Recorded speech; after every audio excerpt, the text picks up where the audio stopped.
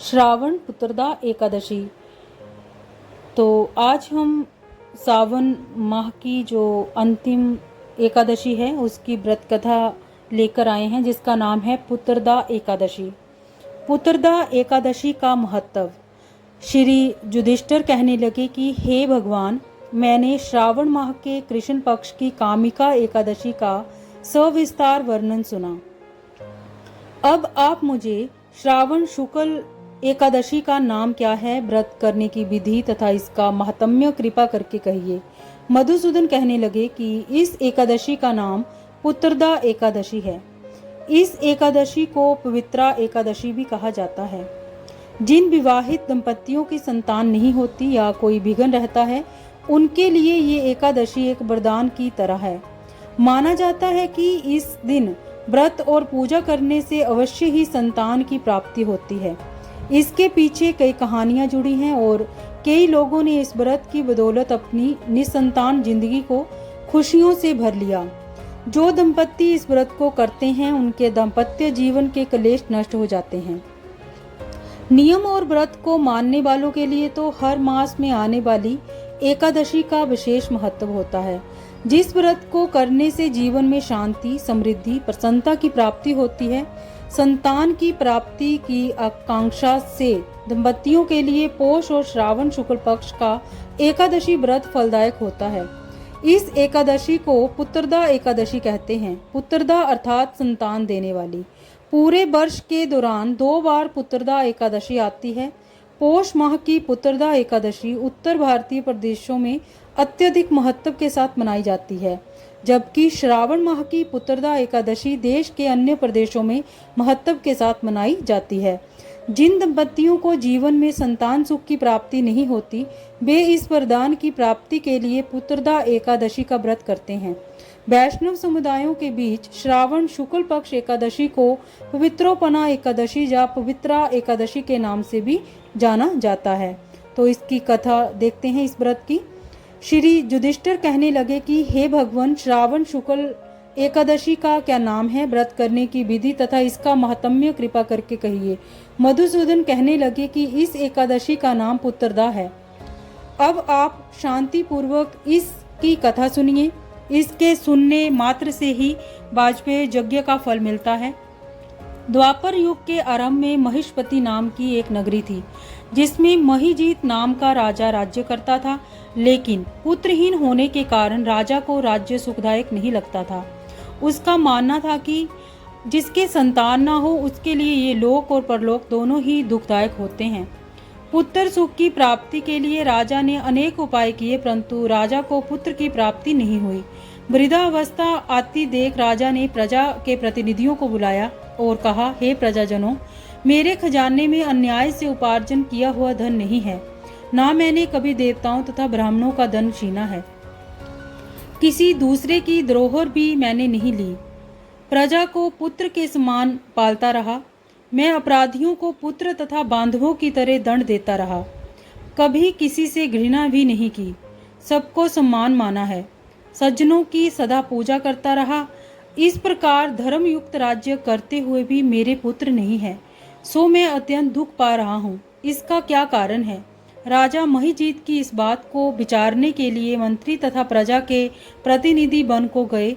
वहां बड़े बड़े ऋषि मुनियों के दर्शन किए। राजा की उत्तम कामना की पूर्ति के लिए किसी श्रेष्ठ तपस्वी को देखते फिरते रहे। एक आश्रम में उन्होंने एक अत्यंत वयोवृद्ध धर्म के ज्ञाता बड़े तपस्वी परमात्मा मन लगाए हुए निराहार जितेंद्रिय जितात्मा जित क्रोध सनातन धर्म के गूढ़ तत्वों को जानने वाले समस्त शास्त्रों के ज्ञाता महात्मा लोमश मुनि को देखा, जिनका कल्प के व्यतीत होने पर एक रोम गिरता था। सबने जाकर ऋषि को प्रणाम किया। उन लोगों को देखकर ऋषि ने पूछा कि आप लोग किस कारण से आए हैं। निस्संदेह मैं आप लोगों का हित ही करूंगा। मेरा जन्म केवल दूसरों के उपकार के लिए हुआ है, इसमें संदेह मत करो। लोमश ऋषि के ऐसे वचन सुनकर सब लोग बोले, हे महर्षि, आप हमारी बात जानने में ब्रह्मा से भी अधिक समर्थ हैं, अतः आप हमारे इस संदेह को दूर कीजिए।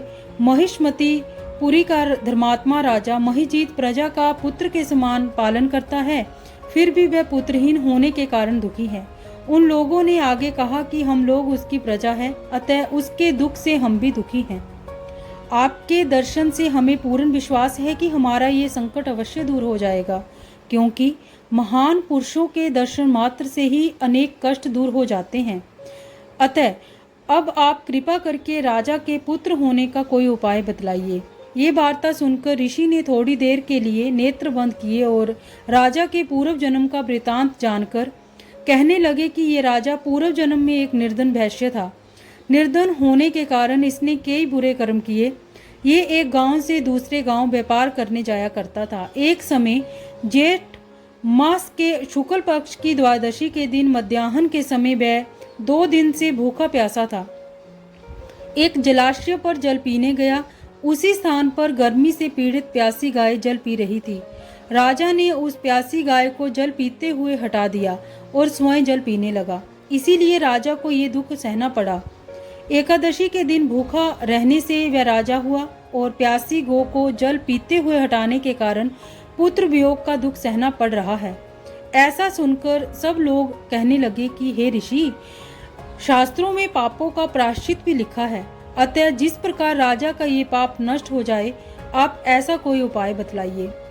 लोमश मुनि कहने लगे कि श्रावण शुक्ल पक्ष की एकादशी को, जिसे पुत्रदा एकादशी भी कहते हैं, तुम सब लोग व्रत करो और रात्रि को जागरण करो, तो इससे राजा का ये पूर्व जन्म का पाप अवश्य नष्ट हो जाएगा। साथ ही राजा को पुत्र की अवश्य प्राप्ति होगी। लोमश ऋषि के ऐसे वचन सुनकर मंत्रियों सहित सारी प्रजा नगर को वापस लौट आई और जब श्रावण शुक्ल पक्ष आई तो ऋषि की आज्ञा अनुसार सबने पुत्रदा एकादशी का व्रत और जागरण किया। इसके पश्चात द्वादशी के दिन इसके पुण्य का फल राजा को दे दिया। उस पुण्य के प्रभाव से रानी ने गर्भ धारण किया और प्रसव काल समाप्त होने पर उसके एक बड़ा तेजस्वी पुत्र प्राप्त हुआ। इसीलिए हे राजन, इस श्रावण शुक्ल एकादशी का नाम पुत्रदा पड़ा। अतः संतान सुख की इच्छा हासिल करने वाले इस व्रत को अवश्य करें। इसके महात्म्य को सुनने से मनुष्य सब पापों से मुक्त हो जाता है और इस लोक में संतान सुख भोगकर परलोक में स्वर्ग को प्राप्त होता है। तो इसकी अब हम व्रत विधि भी देख लेते हैं, लेकिन व्रत जो है वो श्रद्धा और विश्वास के साथ ही किया जाता है। इस व्रत को करने वाले को सुबह स्नान आदि से निवृत्त होकर स्वच्छ वस्त्र धारण करके श्री हरि का ध्यान करना चाहिए। सबसे पहले धूप दीप आदि से भगवान नारायण का पूजन करना चाहिए। उसके बाद फल फूल नारियल पान सुपारी लौंग बैर आंवला आदि श्री हरि को अर्पित करना चाहिए। पूरे दिन निराहार रहकर संध्या समय में कथा श्रवण पश्चात फलाहार करना चाहिए। भक्ति पूर्वक इस व्रत को करने से सभी कामनाओं की पूर्ति होती है। संतान की इच्छा रखने वाले निसंतान व्यक्ति को इस व्रत के प्रताप से संतान रत्न की प्राप्ति होती है। जो दंपति श्रद्धा से इस व्रत को करते हैं उनके दाम्पत्य जीवन के क्लेश और जो कष्ट है वो भी नष्ट हो जाते हैं। एकादशी के व्रत को समाप्त करने को पारण कहते हैं। एकादशी व्रत के अगले दिन सूर्योदय के बाद पारण किया जाता है।